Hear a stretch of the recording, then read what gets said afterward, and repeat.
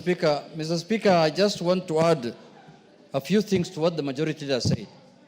Mr. Speaker, this issue of RMLF has been on this floor now for some time, even since last Parliament, Mr. Speaker.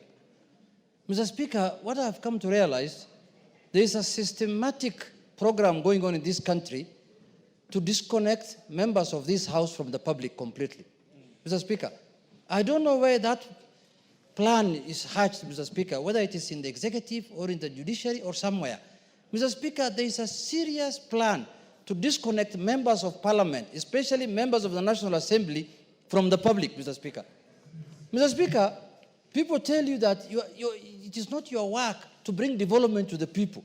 If I cannot bring development to my people, what is the constitutional requirement of representation? You represent people so that you can speak on their behalf on the floor of the House to get resources to the public, Mr. Speaker, if I understand it well. Mr. Speaker, this is something that this House will not accept. Mr. Speaker, look at what's happening in the counties. We are not against devolution. We completely support devolution, Mr. Speaker.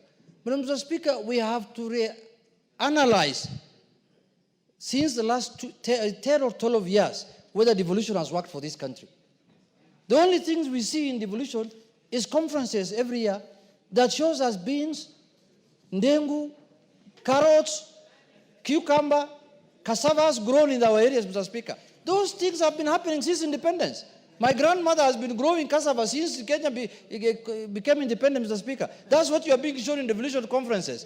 There is nothing serious that has happened in terms of devolution since devolution came into place, Mr. Speaker. Truth must be said. We must be truthful to the people, Mr. Speaker. Sure. Look at the amount of money that has been devolved in this country. Trillions of shillings since devolution came into place. Nothing to show for it. Nothing, completely nothing, Mr. Speaker. Let's be honest to Kenyans. Mr. Speaker, we don't want to describe them as devolved corruption. But people are preoccupied. Mr. Speaker, can we have order here? People are preoccupied with the little money that has been devolved through NGCDF, little money that has been devolved to the constituencies through RMLF, and people don't take note of the billions of shillings that are being devolved every financial year, Mr. Speaker. Counties are getting their money. They are never in arrears. Even if they're in arrears, it's 1 month, 2 months, in the end the money goes down to the ground. There are counties that are holding billions of shillings in their central bank accounts. I was reading in the newspaper the other day that there are counties that have not spent 48 billion shillings, Mr. Speaker. They are lying idle in their account. And they are still demanding for more money. They're saying, oh, the national government has not devolved. Lastly, Mr. Speaker, these people who are calling themselves here in Nairobi, Kera and Kura, these people must know that these are organs of national government. They are not part of county government. They are oversighted by this House. This Director General of Kera, Mr. Speaker, this man is a joker. I can tell you for true. He thinks that he is supposed to report to counties. Which governor oversights him? Which county government oversights him? That man must be dragged here to this House under full committee of the full House, Mr. Speaker. And he must be told in no certain terms that he is supposed to report to the National Assembly, Mr. Speaker.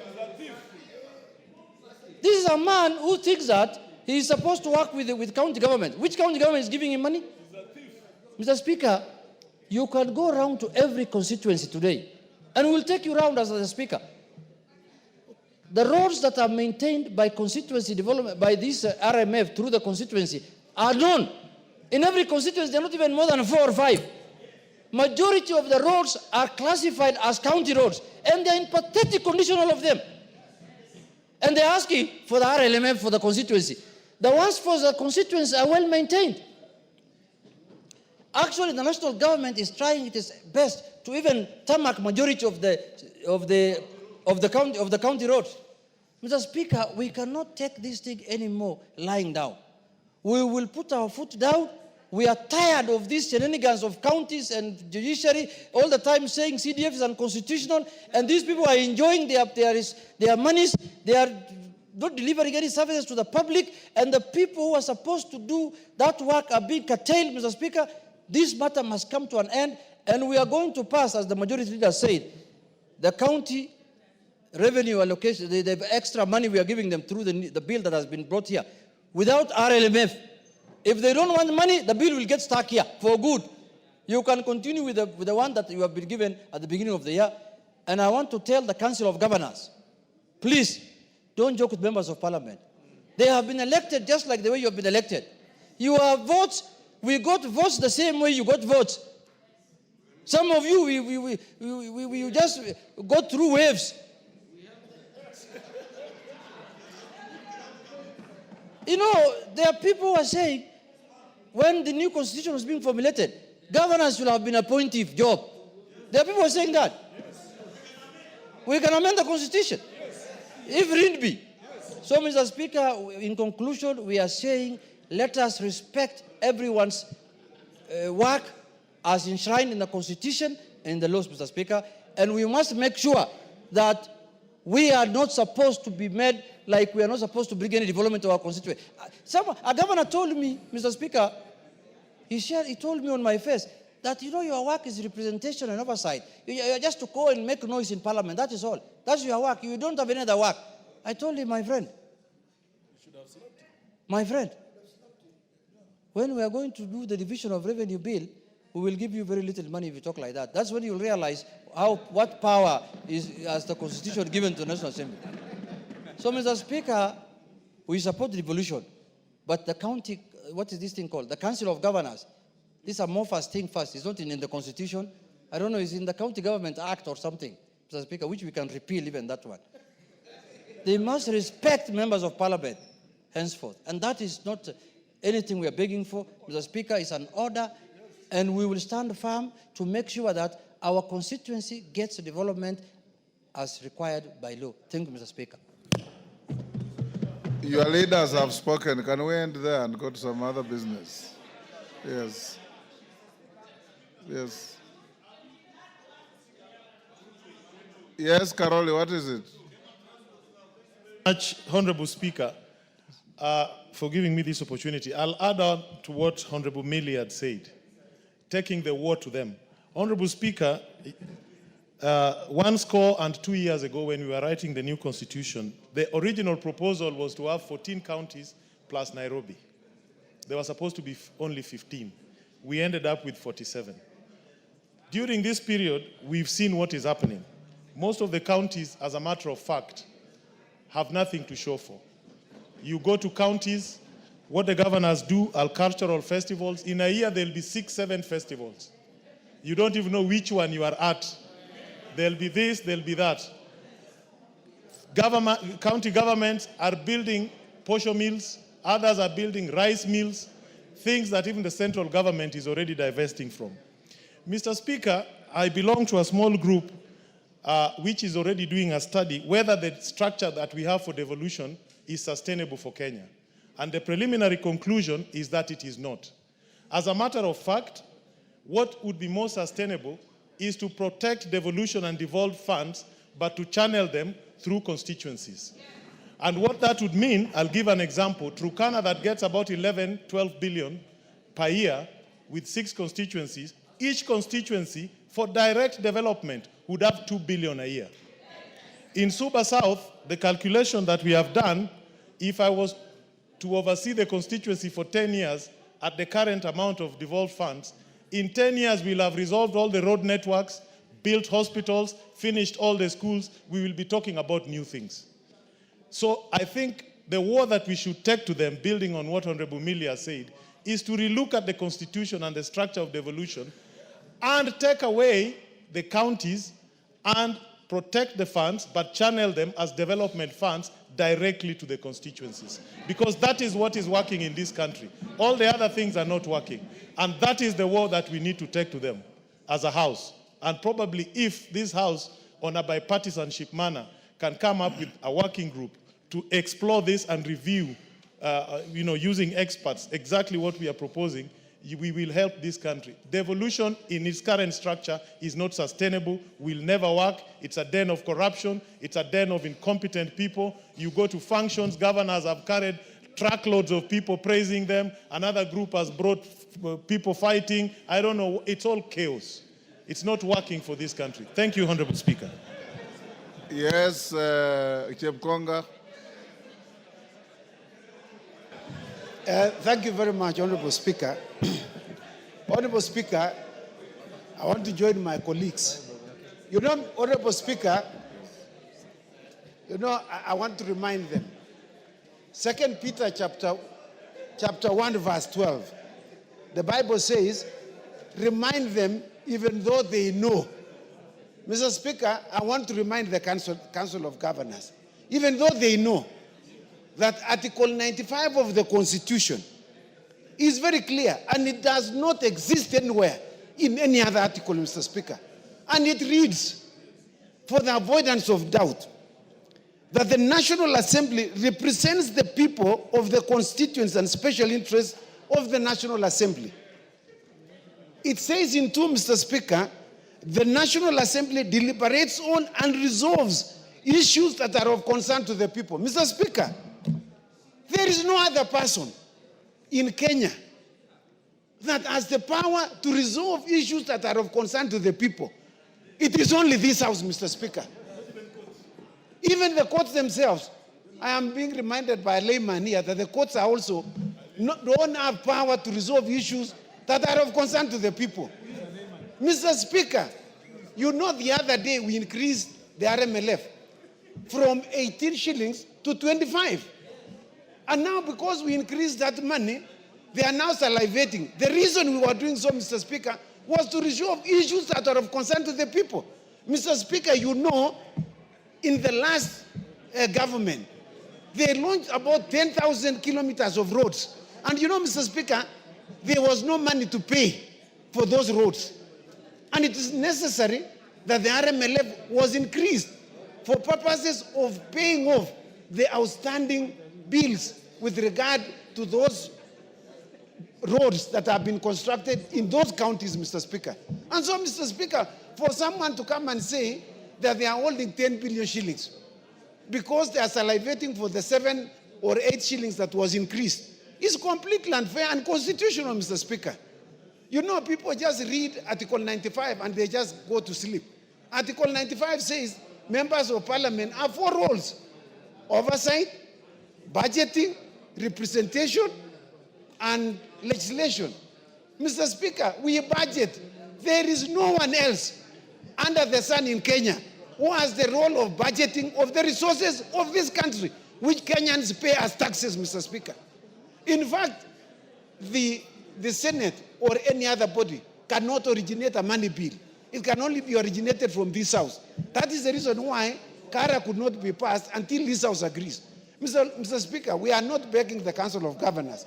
We want to ask them to withdraw that bill so that they can be able to get their money, which is more than the 10 billion shillings, Mr. Speaker. As members have just said, I also come from a constituency. I have never seen any Council of Governors repairing roads in Ainabkoi or maintaining them, Mr. Speaker. In fact, most of the time we are asked, please assist us, we know this is not your road. And we go and plead with the Director General of Kera, please, could you assist these people of Ainabkoi who have a problem with this road? And you know, Mr. Speaker, it is not a Kera road, it is a county road, Mr. Speaker. And we can give so many of them, there are plethora of roads that have been repaired by Kera that has nothing to do with what has been apportioned to them. And so, Mr. Speaker, we must stand very firm. In fact, we have now learned something, Mr. Speaker, that we can use the Sakaja route to stop some people from doing some funny things. No, I'm not saying it's a Sakaja route. No. The Sakaja route, Mr. Speaker, is very unfair. That is criminal conduct. It is you a very criminal conduct. Justify that. But we are saying... that is criminal conduct. But we are saying, Mr. Speaker, we have just learned bad habits recently. There is no justification for that. I agree with you, Mr. Speaker. Yes. There's no justification at all. Yes. For people to pour cabbage on people's gates. Yes. No, NEMA must in fact take action. That's what the majority leader is saying. Mr. Speaker, we are saying... Are you saying, Chepkonga, if KPLC demands power payment from you, you go and cut down their polls? No, Mr. Speaker, that's what I'm saying. It is absolutely criminal. It's a criminal enterprise. They are involved in some criminality, Mr. Speaker. Yes. And it is that we don't have any... No country will condone that kind of criminal behavior. Yeah, but we will have to ask the Senate to call to order Senator Sakaja for dumping waste on KPLC, Mr. Speaker. That is conduct unbecoming. Yeah, and the reason why people see us this way, Mr. Speaker, is because we are gentlemen and gentlewomen, and we like to follow the law. But we should not be taken like we have no teeth, Mr. Speaker. We can fight. There are no gentlewomen, there are ladies. Oh, sorry, Mr. Speaker. They are gentle ladies. No, it's just that one of them was being told she was not properly dressed yesterday. Okay, finish up. Yeah, I thank you, Mr. Speaker, and I support. Honourable members, I'll close with Otienda Amolo, then Kainan, then GK. Only those, then we go to the next. Thank you. Thank you, Mr. Speaker. Exercise and brevity. Mr. Speaker, first is information to the members. As the members are aware, we are in court on the NGCDF matter. Yes. And it's currently before the Court of Appeal. And just next week, on 6th of March, we are appearing for directions. As we had indicated to the members, the court, we are fast-tracking the hearing. But that notwithstanding, it does not give anyone any authority to reduce anything. But the beauty with it, ultimately, members, is that we are the ones with the power. The executive can only make proposals.